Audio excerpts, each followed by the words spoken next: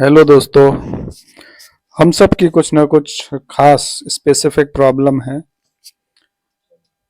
जितने भी लोग पैरालाइज्ड हैं, लकवा से लड़ाई लड़ रहे हैं, हर किसी की कोई ना कोई प्रॉब्लम, जैसे कि किसी का हाथ नहीं उठता, किसी की रिस्ट ड्रॉप है, किसी की फिंगर नहीं चलती, किसी का एंकल मूवमेंट नहीं है, किसी का नी फोल्ड नहीं होता, एट्सेट्रा एट्सेट्रा। तो उसी तरह मेरे भी एक प्रॉब्लम है।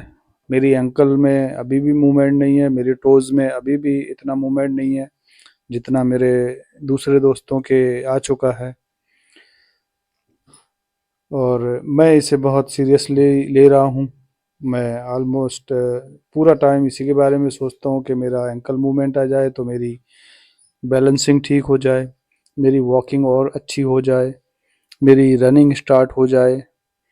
एंकल के नीचे का जो भाग होता है, पैर का पंजा, हील से लेके टोज तक, ये मूव करना एंड इसमें 100% सेंसेशन होना एंड इसमें मूवमेंट होना बहुत बड़ी बात है लेग रिकवरी में।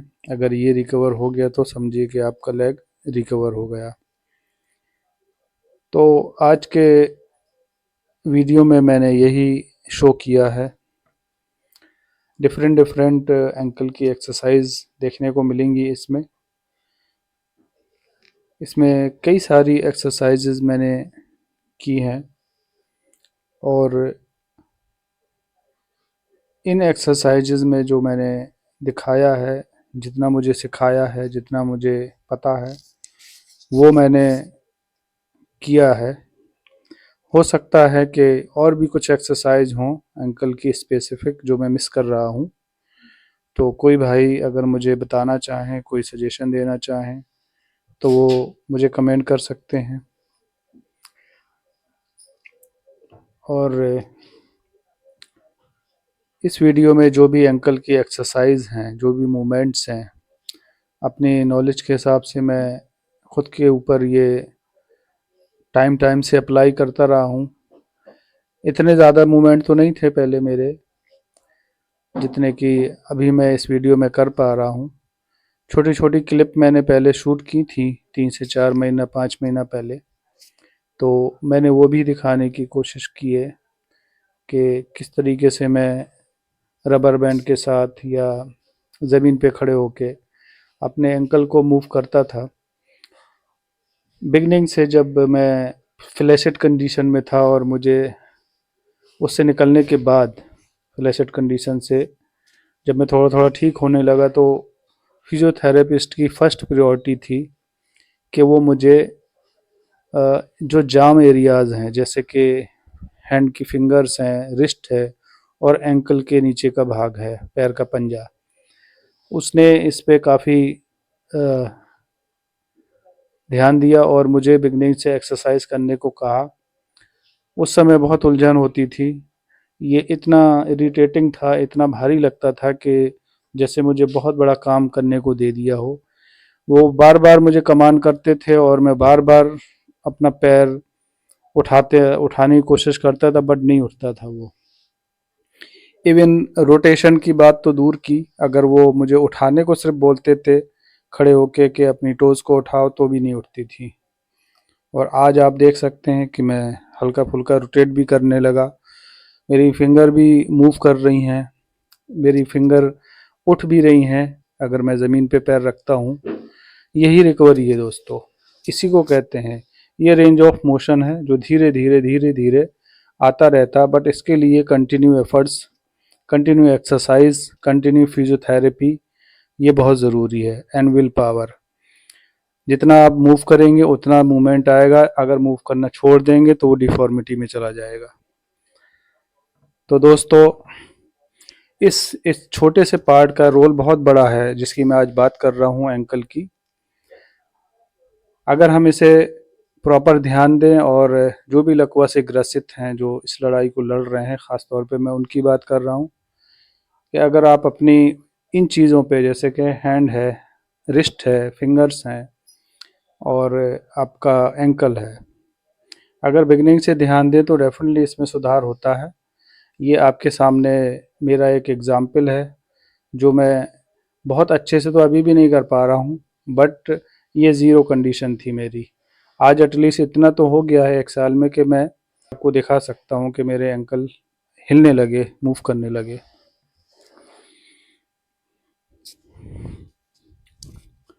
तो ये continue exercise, continue efforts, positive mindset and will power, hard work, ये सब चीज़ों का रोल है अगर आपको लकवे को ठीक करना है।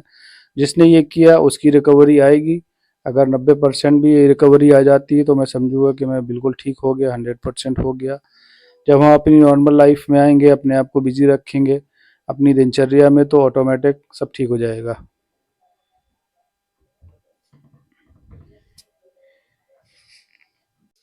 तो दोस्तों, कहने का मतलब ये है कि अगर आपकी रिकवरी 90% तक आप खुद ये फील करते हैं, इसका कोई मेजरमेंट नहीं है। आप कैसे ये फील करते हैं ये आप जान सकते हैं। मैं ये नहीं बता सकता हूँ अपने खुद के लिए कि मैं कितना रिकवर हूँ, बट हाँ, यस, मुझे ये फील होता है कि मैं 80% ठीक हो गया हूँ। जब आपको लगने लगे कि आप 90% तक रिकवर हो गए हैं, तो आप अपने आप को इन्वॉल्व करिए। अगर आपके पास ऑप्शन है तो आप अपनी छोटे मोटे बिजनेस में डालिए, अपनी शॉप में, अपने रूटीन लाइफ में अपने आप को इन्वॉल्व करिए। ज़्यादा से ज़्यादा ऑक्यूपेशनल चीज़ें कीजिए अपने घर पे, जिससे जो भी बची खुची रिकवरी है वो भी पूरी हो जाए।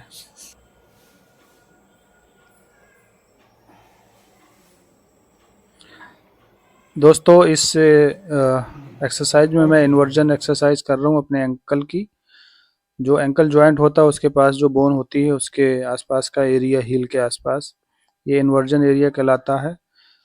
हम सबका लकवा मारने के बाद पैर उसी साइड में ट्विस्ट होता है, तो उधर उधर की जो बोन के आसपास की जो मांसपेशियां होती हैं वो हमारे एंकल को अंदर की तरफ खींचती हैं, इसलिए एंकल टेढ़ा हो जाता है, ट्विस्ट हो जाता है। तो ये अंदर की तरफ मैं जो कर रहा हूँ ये इन्वर्जन एक्सरसाइज है।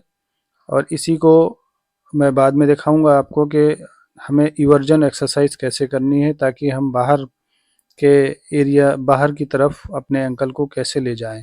जब ये बाहर जाने लगेगा तो आप समझेंगे कि एंकल मेरा ठीक हो रहा है।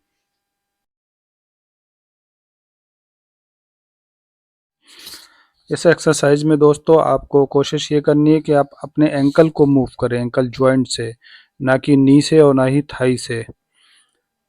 अगर ये नहीं आ रहा है तो आप बैंड हटा दीजिए, बिना बैंड के कीजिए इस एक्सरसाइज को। जब ये आने लग जाएगा तो फिर आप रेसिस्टेंट डाल सकते हैं उस पे। और कम से कम 15 रैप करिए और 3 सेट में करिए इसको।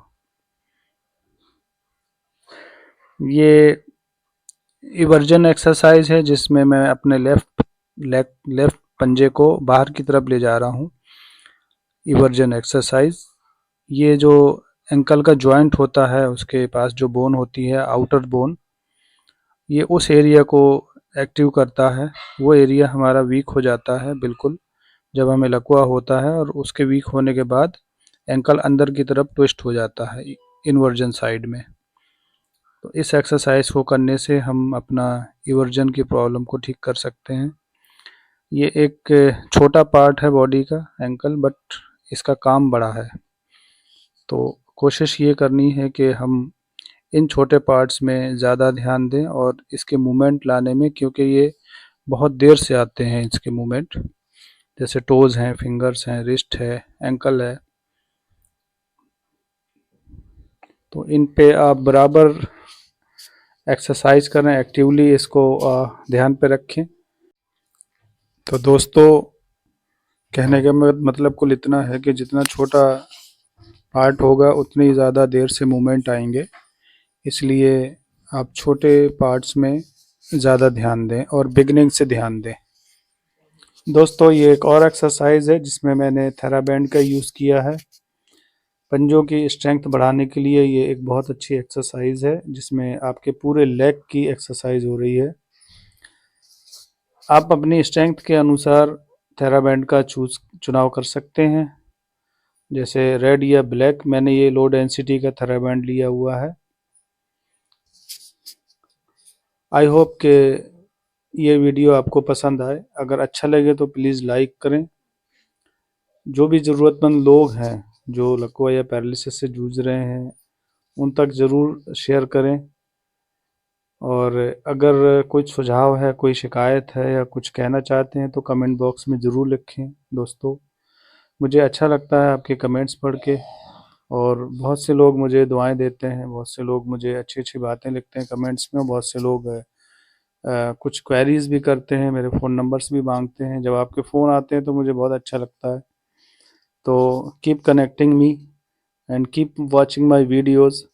अभी तक आपने जो सपोर्ट दिया है वो उसका तहे दिल से शुक्रिया, और आगे भी होप करता हूँ कि आप इसी तरीके से जुड़े रहेंगे और मुझे अपना सपोर्ट देते रहेंगे। मेरे 1000 सब्सक्राइबर्स होने वाले हैं, आप लोगों का बहुत बहुत शुक्रिया। थोड़े से बचे हैं, आप उन्हें प्लीज़ पूरा करा दें, शायद इससे मेरा कुछ भला हो जाए। तो अब मुझे इजाज़त दीजिए दोस्तों, अपना ख्याल रखिए। मैं फिर मिलूँगा नेक्स्ट वीडियो में, तब तक के लिए बाय बाय, नमस्कार।